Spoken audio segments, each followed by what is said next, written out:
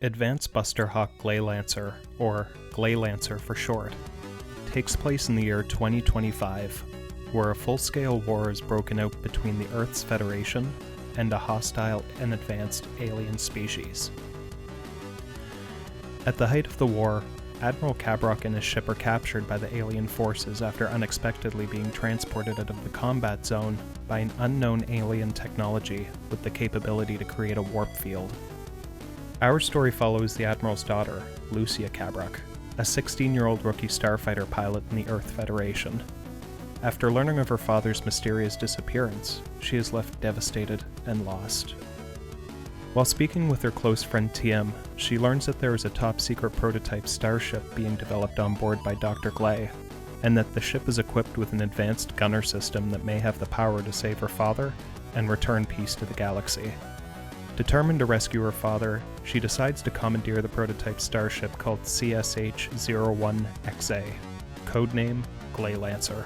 As Lucia is preparing the starship for takeoff, the Federation Navy quickly discovers what her intentions are, but before they can stop her, she takes off to begin her quest, unaware of what perils may lay ahead. At the beginning of the game, the player may choose one of 7 formations to use for the movers that the gunners are mounted on.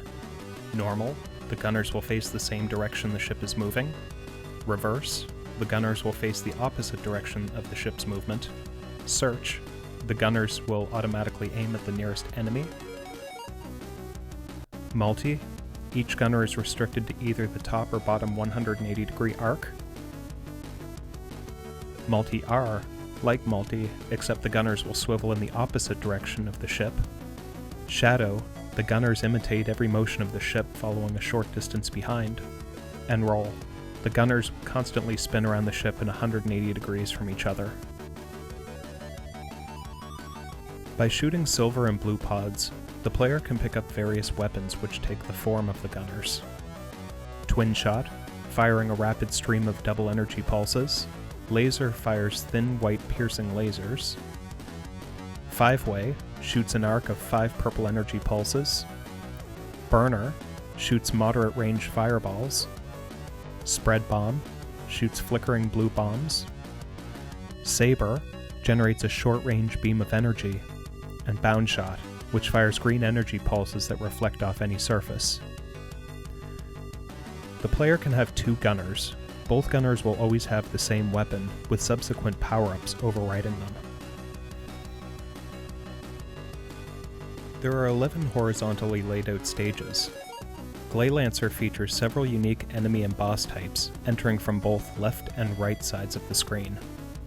The player can equip one of 7 different gunner parts, and different formations to give the player a total of 49 different combinations. The stages have checkpoints laid throughout them so that when your ship is hit and explodes, you don't have to start from the beginning of the stage. Gley Lancer was developed by Nippon Computer Systems Corp., known today as Messiah, and was originally developed and released only in Japan for the Sega Mega Drive console on July 16, 1992.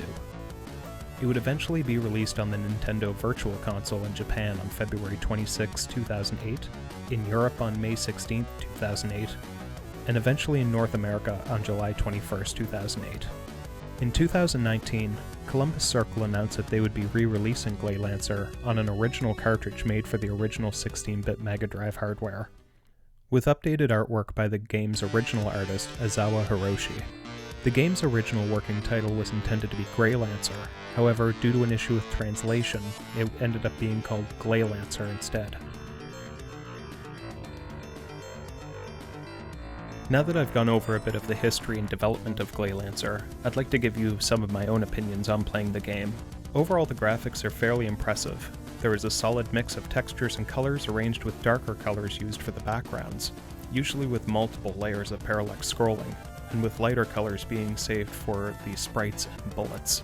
The starship and enemies are very detailed and animated, there were no noticeable areas with slowdown, and for the most part the game ran at a smooth 60 frames per second.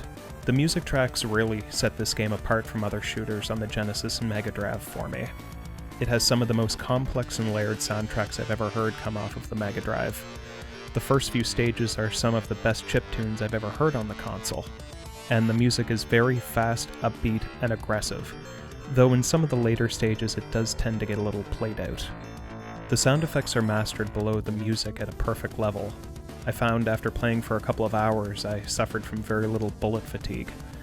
I generally prefer to turn the overall sound effects of a game down while I'm playing in favor of turning the music up instead. The controls are very responsive, with 8-way directional movements. The A button is used to change the speed of your ship, the B button is used to fire your weapons, the C button is used as gunner control, which varies depending on which gunner loadout you chose. As far as level design goes, the initial few stages have great level designs, from flying through asteroid fields, flying over and under the ocean on an alien world, and flying your ship around a giant battle cruiser while taking out gun turrets. There are also some puzzle stages where blocks come from either side of you and start stacking up. You carefully have to navigate and choose which path you're going to go through, otherwise you can get trapped. There are also some stages where you end up flying backwards and have to progress through some very tight areas, while enemies come from both directions. The bullet size and color were great. There were no instances where I wasn't able to see the shots coming at me or where I felt the bullets were too small that they were getting blurred in with the rest of the scenery. They were well animated, lightly colored, and came at a fair speed depending on which difficulty you're playing on. The hitbox I found to be very accurate for the size of the ship. Your two gunner options are not affected by enemy fire, the ground, or the ceiling, so shots can go right through them, but as soon as they hit the outline of your ship, you will explode. The challenge of the game overall is well paced and balanced. The stage's difficulty scales from easy, medium, and hard. And while easy offers little in the way of a real challenge, it does give new players of the genre the opportunity to enjoy the game as well.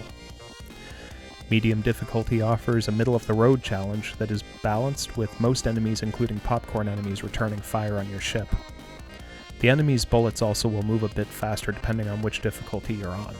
Hard is where the real onslaught begins. The bullet speeds are much faster, the enemies are more plentiful and will throw multiple bullets in your direction at the same time. Gley Lancer is a classic shooter, and one of the first I owned for the Mega Drive. Though it does have its faults, it is sometimes referenced to as the poor man's Thunder Force 4. I believe, however, that there are enough positive merits for it to stand on its own. I believe the game would have been better if maybe there was half the amount of stages, and instead focused on making the stages available a little bit longer, possibly with transitions and using mid-level bosses to spread it out a bit. I will always prefer quality of level design over quantity with shooters. I wish they had made a part 2, but there are plenty of other shmups to fill the gap for me.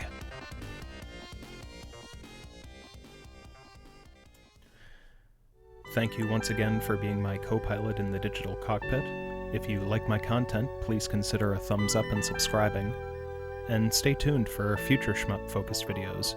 Until next time, keep shooting for the stars.